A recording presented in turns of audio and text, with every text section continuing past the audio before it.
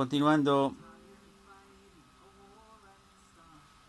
con otra explicación acerca del verso cuando Moshe dice, él se tornó rey de Yeshurun, o sea, de Israel, cuando se reunieron los jefes del pueblo, las tribus de Israel en unidad.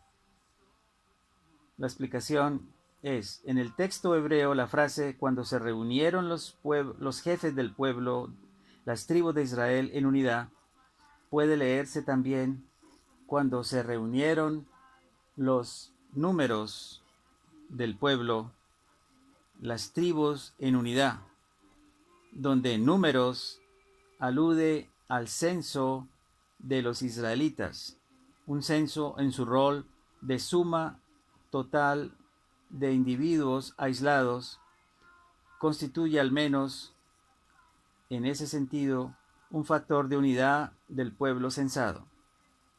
La intención del verso es, cuando los números individuales del pueblo son unificados en un único total a través de un censo, cuando las tribus de Israel están en unidad, entonces Hashem es rey de ellos y se hacen acreedores a las respectivas bendiciones. Eso lo vamos a ver ahora en los siguientes versos, en las siguientes palabras de Moisés. Otra interpretación: Hashem se tornó rey de ellos cuando se reunieron los dirigentes del pueblo, se unieron las tribus de Israel. La interpretación alegórica del verso así parafraseado es por demás elocuente. Solo cuando los dirigentes están unidos y orientados en una misma y única dirección, en aras del cumplimiento del mandato que les fuera conferido, solo entonces puede esperarse que el pueblo esté hermanado en perfecta unidad.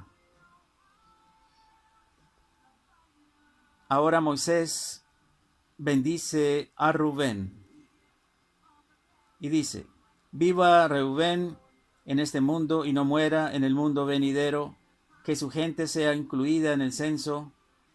Hay una explicación aquí, con todo el pueblo, o sea, que el episodio de Bilá no los excluya de la totalidad. Eso lo encontramos en el libro de Bereshit, Génesis capítulo 35, verso 22. Ahora Moisés bendice a Yehudá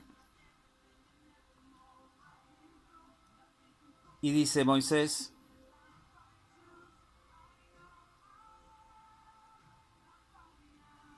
y esto dijo respecto de Yehudá, Hashem escucha la voz de los descendientes de Yehudá. Se refiere alusión a las plegarias de David, de Salomón y Asa. Continúa Moisés y dice, y haz que retorne a su pueblo desde la batalla en paz, que sus manos luchen por él. Explican, o sea, tú, Hashem, defiende su causa.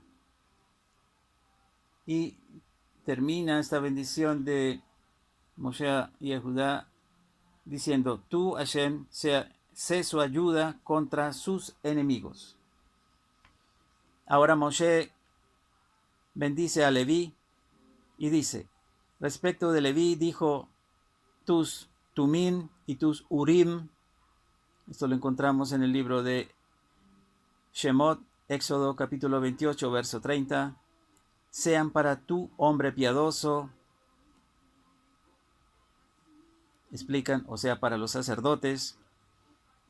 Y continúa Moisés, a quien probaste en Masá y a quien desafiaste en las aguas de Meribá.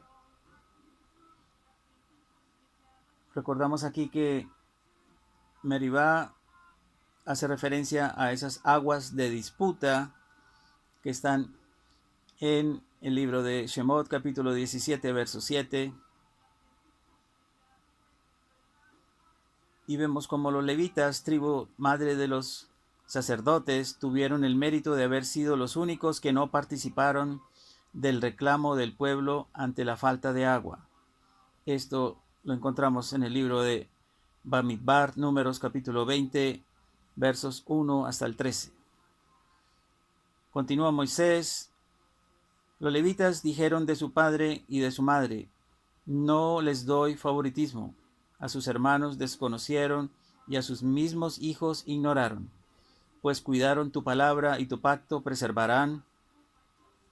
En mérito a eso, ellos serán quienes enseñen tus ordenanzas a Jacob y tu Torá a Israel.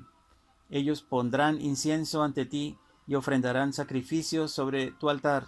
Hashem bendice sus posesiones y favorece la obra de sus manos.